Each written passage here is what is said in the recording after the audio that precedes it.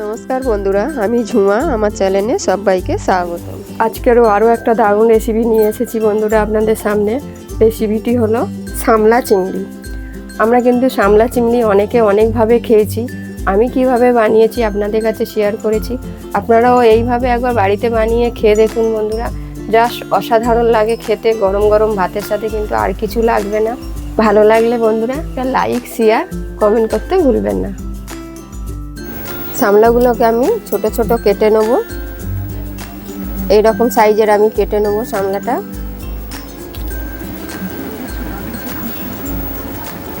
সব সামলাগুলো এইভাবে আমি পিস পিস করে কেটে নেব বন্ধুরা। সামলাগুলো আমার কাটা হয়ে গেছে।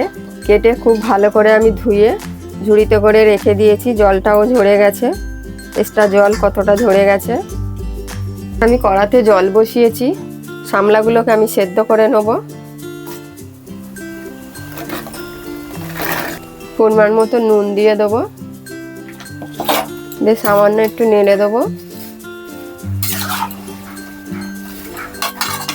আমি এখন ঢেকে দেবো, খুব ভালো করে আমি সেদ্ধ করে নেব। ঢেকে দিলাম। এখানে আমি 300 গ্রাম চিংড়ি মাছ নিয়েছি।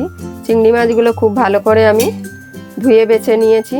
আমার এতটা চিংড়ি লাগবে না বন্ধু, আমি অর্ধেক চিংড়ি দেব। চিংড়ি মাছটাতে নুন হলুদ মাখিয়ে নেব। নুন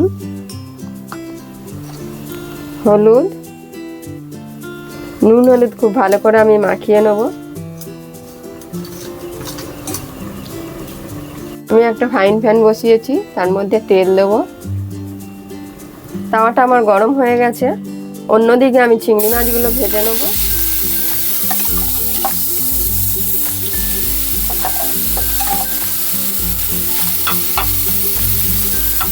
এদিকে সামলাটা আমি সেদ্ধ বসিয়েছিলাম। সামলাটা আমার সেদ্ধ হয়ে গেছে। জলটাকে আমি ঝরিয়ে নেব। গ্যাসটা আমি এখন বন্ধ করে দিলাম। চিংড়ি মাছটা আমার ভাজা হয়ে গেছে। এবার আমি নামিয়ে নেব। কড়াই বসিয়েছি, কড়াতে আমি পরিমাণ মতন তেল দেবো। তেলটাকে খুব ভালো করে গরম করে নেব। 1 চামচ জিরে, একটা তেজপাতা 2 খণ্ড করে দিয়েছি, 2টো শুকনো লঙ্কা, 3টে কাঁচা লঙ্কা আমি ভেঙে দিয়েছি মাঝখানে।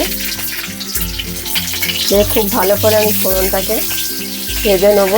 সুন্দর একটা ফোড়নের লঙ্কার সুন্দর একটা গন্ধ বেরোবে। ফোড়নটা আমার হয়ে গেছে, সুন্দর একটা গন্ধ বেরিয়েছে। 1 চামচ আদা বাটা দেবো। আদা বাটাটা জাস্ট একটু নেড়ে নেব হালকা করে। আমার সামলা সেদ্ধর জলটাও আমি ঝরিয়ে নিয়েছি। এরকম চেপে চেপে যতটা পারবো জলটাকে ঝরিয়ে নেব এইভাবে। আদাটাও হালকা করে আমি ভেজে নিয়েছি। এবার সেই সামলা সেদ্ধটা দিয়ে দেবো। করে আমি নাড়িয়ে দেবো। আমি হলুদ দেবো পরিমাণ মতন। 1 চামচ আমি জিরের গুঁড়ো দেবো, 1 চামচ ধনের গুঁড়ো। নুন দিয়ে সেদ্ধ করেছিলাম বন্ধুরা, কিন্তু নুনটা আপনারা পরিমাণ মতন দেবেন। অল্প একটু নুন দিলাম। যে গ্যাসটা আমি বাড়িয়ে দিয়ে সব কিছু আমি ভালো করে নেড়ে দেবো। তো খুব ভালো করে মিক্সড করে দিয়েছি বন্ধুরা। কতটা কমে গেছে দেখুন, 1 কড়াই হয়েছিল সামলা। এবার আমি খানিকক্ষণ নামিয়ে নেব।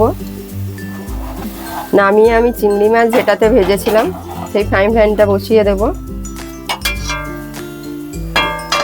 দিয়ে কচু শাকটা আমি বন্ধুরা, এই সামলাটা আমি চিংড়ি মাছের মধ্যে এখন দিয়ে দেবো।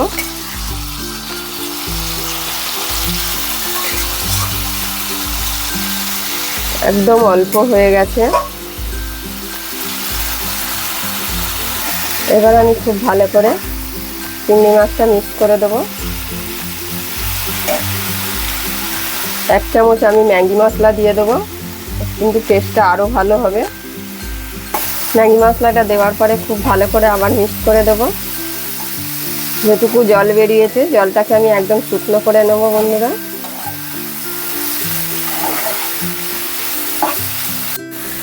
খুব ভালো করে আমি নাড়িয়ে দিয়েছি। এবার আমি এখানে 1 চামচ চিনির গুঁড়ো দিয়ে দেবো। আপনারা চাইলে বন্ধুরা এখানে গুড় দিতে পারেন। আমার কাছে এই মুহূর্তে গুড়টা নেই। এই চিনিটা দেওয়ার পরেও আমি খুব ভালো করে মিক্সড করে দেবো। বেশ আর একটু নাড়িয়ে নেবো, একদম শুকনো শুকনো হয়ে যাবে। একদম শুকিয়ে গেছে বন্ধুরা, জলটা দেখুন পুরো তেল ছেড়ে দিয়েছে। এই সামলা চিংড়ি রেসিপিটি কেমন হয়েছে বন্ধুরা অবশ্যই কমেন্টে জানাবেন। আর আমি কিভাবে বানিয়েছি আপনাদের কাছে শেয়ার করেছি, আপনারাও এইভাবে বাড়িতে বানিয়ে খেয়ে দেখুন। আশা করি আপনাদেরও ভালো লাগবে। আর ভালো লাগলে বন্ধুরা একটা লাইক শেয়ার কমেন্ট করতে ভুলবেন না।